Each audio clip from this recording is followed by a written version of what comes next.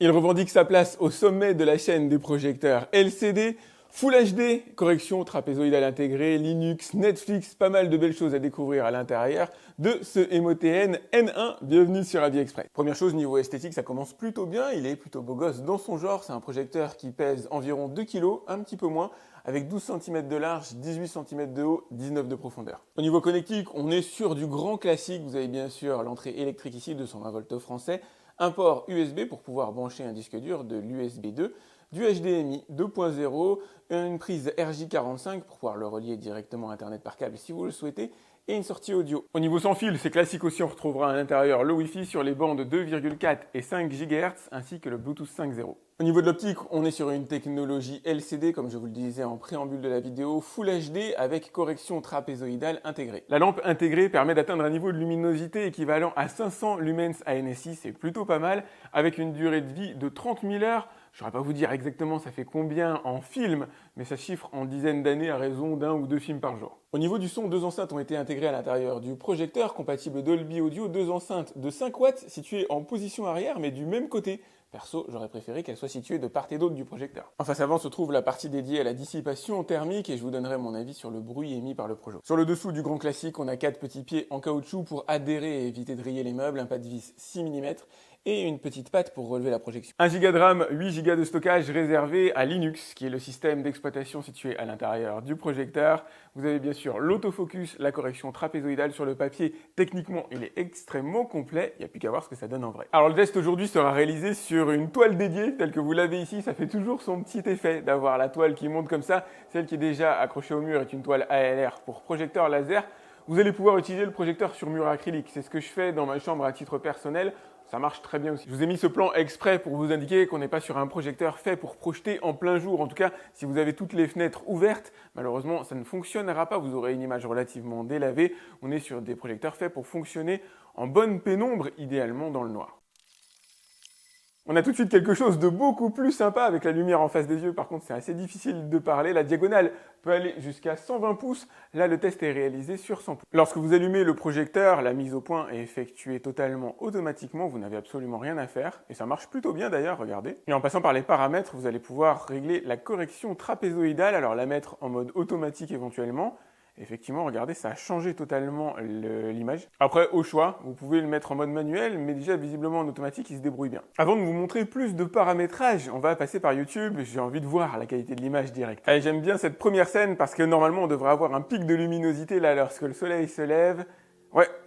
Alors c'est plutôt pas mal, on n'est pas dans le plus haut niveau bien sûr de ce qui se fait dans l'univers des projecteurs, mais on a une belle restitution, les couleurs sont plutôt sympas. Voilà, j'ai modifié le réglage pour vous donner un aperçu un peu plus réaliste de ce que moi j'ai en matière de luminosité. Dites-vous toujours que l'image est retranscrite au travers de ma caméra et que donc vous n'avez pas réellement en face des yeux ce que moi je vois, qui est plus lumineux, plus contrasté, ma caméra ayant ses limites. Mais c'est déjà assez convaincant. Alors on n'est pas dans l'univers du DLP, on n'est pas dans ce type de qualité d'image, mais à échelle de projecteur LCD, il fait clairement partie des très bons. Cela dit, c'est pas le plus lumineux et le plus contrasté que j'ai pu avoir jusqu'à. Il est aussi important de savoir qu'à l'intérieur de mon salon, je ne peux pas avoir le noir complet. Il y a donc deux sources lumineuses qui font compétition avec le projecteur, même si elles sont relativement petites.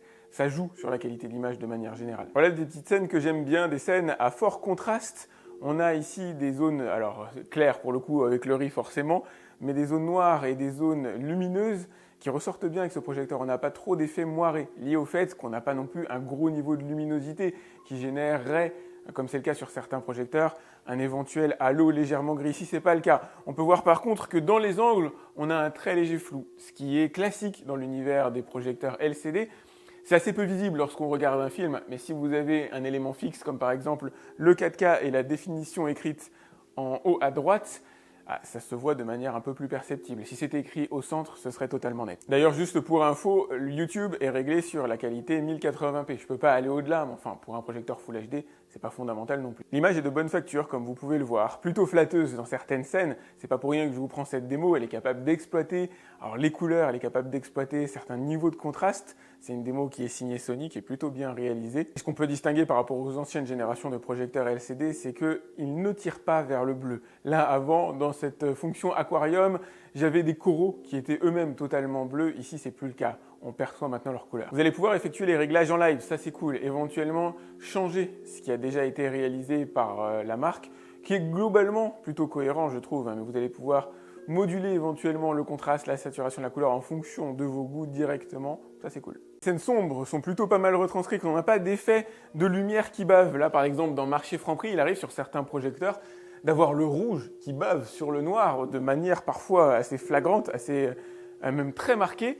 Là pour le coup c'est pas le cas ici. Ce qui est dommage c'est que ma caméra n'est pas en mesure de vous montrer tous les détails. Là quand on a un projecteur très haut de gamme, on est en mesure de voir les bâtiments et l'intérieur des différents décors. Vous, avec ce projecteur-là, vous verrez essentiellement les sources lumineuses. Si vous êtes dans des scènes très sombres, il va manquer de précision, il va manquer de luminosité réellement pour faire ressortir les détails. Ok, c'est pas si mal. L'intérieur du pont ici, sur certains projecteurs, même DLP, est parfois à la limite de l'invisible. Ouais, il est pas mal du tout niveau image, mais je regrette que ma caméra soit pas à la hauteur pour vous permettre de voir exactement ce que moi je vois. Allez, petit passage sur l'interface Linux. Vous aurez vu, on a Netflix déjà installé à l'intérieur du projecteur avec une vraie licence derrière, payée vraisemblablement par la marque. YouTube Kids, pardon, quelques applications préinstallées, Prime Video. Par contre, j'ai pas vu Apple, j'ai pas vu Canal+, on va aller faire un tour à l'intérieur de l'App Store, mais qui est très limité. Voilà ce que vous allez trouver dans l'App Store NetRange. Alors vous allez avoir du Plex, quelques applications pour les enfants, quelques nouvelles applications visiblement, bon, c'est pas particulièrement packagé pour la France comme vous pouvez le voir, Vevo éventuellement on peut s'y raccrocher. Au niveau audio, il y a Deezer, c'est déjà ça aussi. Au niveau vidéo, j'ai pas trouvé VLC à l'intérieur, c'est dommage, c'est de cette manière-là que moi j'accède à mon réseau local. Ouais, on n'est pas du tout dans un niveau français, on va dire. C'est pas vraiment fait pour la France. En même temps, c'est logique, c'est des projecteurs qui sont vendus de manière générale à l'international. Ça fait léger niveau application, mais la recommandation que je vous fais habituellement est tout à fait valable, encore une fois ici aussi. Utilisez de préférence une box externe pour venir décoder, reliez-la par câble HDMI. Ce sera quand même nettement plus sympa comme ça. On va se lancer un petit truc sur Netflix comme ça pour le plaisir. J'imagine que ça aide, mais le chargement a été extrêmement rapide. Regardez le préchargement qui est fait de la vidéo. Lorsque je change de séquence, c'est quasi immédiat. Ça, c'est cool. Et vous avez la version Full HD Netflix, pourvu bien sûr que vous ayez l'abonnement qui va bien avec. Idem pour Prime Video. Je ne peux pas vous montrer grand-chose pour une question de droit d'auteur. L'objectif, c'est juste de voir si ça marche. Faisons un tour par la partie paramétrage. Alors, on va y aller rapide parce qu'il y en a un paquet des réglages possibles à faire avec ce projecteur. Vous avez bien sûr la langue française, la minuterie, ça c'est cool. La mise à jour éventuellement, même si faut pas trop compter dessus, il ne doit pas y avoir énormément de mise à jour sur ce type de projecteur. Vous avez bien sûr la possibilité de régler alors les paramètres que je vous ai dit en image tout à l'heure, la partie audio. Et puisqu'on est sur un projecteur compatible Dolby Digital, vous allez pouvoir choisir vous-même la sortie à privilégier. Pour le coup, régler sur auto, ça marche très bien. Au niveau de la projection, vous allez pouvoir l'orienter différemment, le mettre au plafond si jamais vous avez envie. Régler bien sûr votre réseau, comme je vous le disais, sur les bandes 2,4 et 5 GHz. On l'a vu tout à l'heure, la correction trapézoïdale qui s'appelle clé de voûte, pas forcément bien traduit. Ici, la possibilité de zoomer ou dézoomer l'image. Si vous n'avez pas assez de mur par rapport à votre recul, vous allez pouvoir réduire la taille de l'image. Par contre, vous ne pouvez pas l'accroître artificiellement. On peut la réduire, mais pas l'accroître. Dans ce cas-là, elle sera à 100%. De base. Vous allez retrouver les paramètres de mise au point. Alors laissez-les sur automatique de manière générale, ça marche très bien, mais vous pouvez le faire en manuel. Le Bluetooth, la télécommande est connectée en Bluetooth. Vous pouvez mettre une manette sur le projecteur si vous le souhaitez. Un navigateur a été intégré à l'intérieur du projecteur avec une navigation par émulation de souris. Bon, ça, c'est pas forcément pratique, mais en même temps, il est difficile de faire des miracles sur ce genre de projo. Je pense qu'on peut brancher une souris d'ailleurs dessus. Là, je vais aller sur le site du journal Le Monde, comme ça, pour le plaisir de le lancer. Donc Full HD oblige, on est sur un projecteur suffisamment précis pour pouvoir lire des textes de manière extrêmement facile. C'est net, il n'y a pas de souci là-dessus. Par contre, si vous voulez faire de la présentation PowerPoint, admettons que vous souhaitiez l'utiliser dans un cadre professionnel, il faudrait avoir le noir quasi complet dans la pièce pour que réellement ce soit intéressant. Mais sinon, à titre perso, comme ça, pour de la lecture, ça marche très très bien. Ah, ça m'embête un peu de ne pas avoir VLC, donc du coup j'ai branché un disque dur directement sur le projecteur. Et j'ai lancé un fichier encapsulé en MKV encodé en H264. Ce n'est pas les fichiers les plus difficiles. Et comme vous pouvez le voir, j'ai eu une ou deux saccades légères. Quant à la partie lecture de fichiers 4K, alors là, il ne faut pas du tout y compter. Donc le Full HD, ça passe dès lors que le fichier n'est pas trop gourmand et pas trop costaud.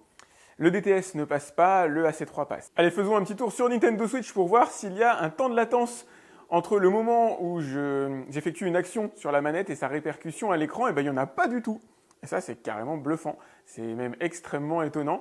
Je m'attendais, alors c'est pas le temps de latence, le bon mot. Mince, malheureusement, le mot adéquat me revient plus du tout en tête.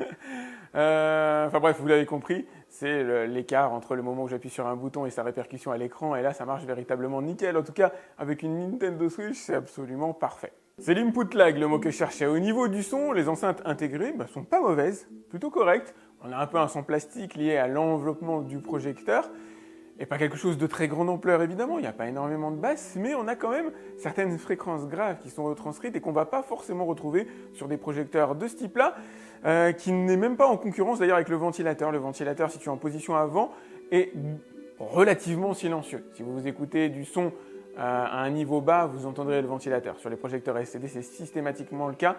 C'est pas un son extrêmement dérangeant, c'est pas un son aigu, c'est pas un son, voilà, on est plutôt sur du son sourd qui ne rentre pas trop en concurrence avec les enceintes qui sont dirigées vers l'arrière par contre. Donc si vous mettez le projecteur au niveau d'un mur, forcément le son sera peut-être un peu étouffé. Il aurait été préférable de mettre les enceintes de part et d'autre du projecteur, malheureusement c'est pas le cas ici. Là je vais vous faire écouter un petit peu, alors comme j'ai pas de problème avec les droits d'auteur, sur Pachelbel, ça risque pas. Du coup, c'est pour ça que je choisis cette musique.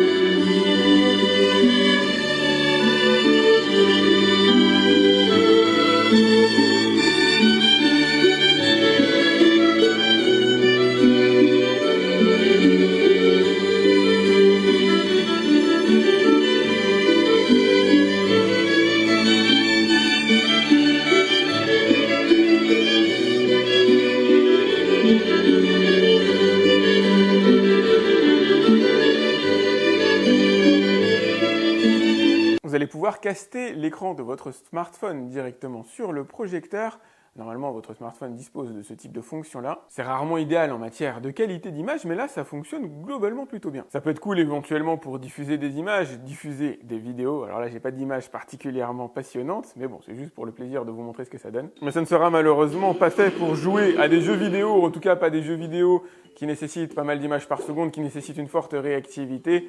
Tout simplement parce qu'il y a un très léger décalage. Par contre, ce qui est cool, c'est qu'il n'y a quasiment pas de compression. En tout cas, j'en vois pas. Maintenant, il faut tester avec des films. On va voir ça directement avec une de mes vidéos. Quand les pubs seront finies, voilà, c'est bon.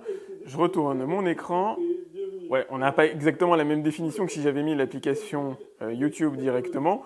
On a une légère compression, mais on a une image qui est de l'ordre du visible, avec quasiment aucune saccade. Ah, c'est plutôt étonnant. Allez, petite conclusion sur ce MOTN N1. Je pense que vous avez pu voir ses capacités, et des capacités, il en a, que ce soit sur la partie autofocus, il se débrouille très très bien là-dessus.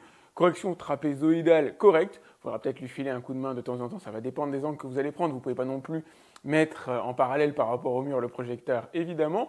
On a un niveau de luminosité correct, c'est pas le plus lumineux que j'ai pu voir jusqu'ici. Une colorimétrie qui est plutôt bien définie, surtout par rapport aux anciennes générations de projecteurs LCD. Maintenant, par rapport aux plus haut de gamme projecteurs LCD, je dirais qu'il est dans une sphère top 3, mais c'est pas le premier, c'est pas le meilleur que j'ai pu voir jusqu'ici. L'interface fonctionne bien, elle est fluide, et par contre, vous n'avez pas accès à toutes les applications que vous pourriez avoir sur une version Android TV. La distribution Linux ici ne vous donne pas accès à Apple, par exemple, et à pas mal d'autres choses. Malheureusement, le son est plutôt correct à l'arrière de ce projecteur, en tout cas par rapport à la sphère projecteur LCD que j'ai pu tester jusqu'ici, il n'a pas particulièrement à rougir. La connectique est honorable, elle n'est pas très orientée audio comme d'habitude. Mais bon, ça passe dans l'absolu. La consommation électrique reste aussi modérée. Mine de rien, c'est un facteur qui peut être intéressant en ce moment. La télécommande répond bien, il ne fait pas trop de bruit. Je regrette par contre qu'il ne soit pas en mesure de prendre en charge le fichier, les formats 4K, puisque même si on a une restitution 1080p, vous pouvez avoir des sources en 4K, et là visiblement, il n'est pas taillé pour absorber ce genre de sources, voire même des Full HD réellement costauds.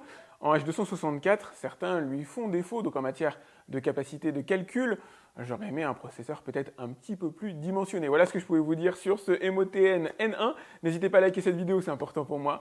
Vous avez le lien dans la description pour aller voir combien il coûte. Tout va dépendre de son tarif. Si vous le trouvez autour de 500 €, on est en concurrence directe avec du DLP. Et là, ça vaut clairement pas le coup. Si vous le trouvez autour de 400, un peu moins de 400 €, là, effectivement, ça commence déjà à devenir plus raccord par rapport à ce qu'on va trouver sur la concurrence, notamment dans le domaine du LCD. Donc allez faire un tour via le lien que je vous ai mis dans la description. Pensez à vous abonner à ma chaîne si ce n'est pas déjà fait, à partager cette vidéo. Si vous avez des questions concernant le projecteur, vous pouvez me les laisser dans les commentaires de la vidéo YouTube. Et moi, je vous dis à très vite pour un autre test sur AliExpress. Salut!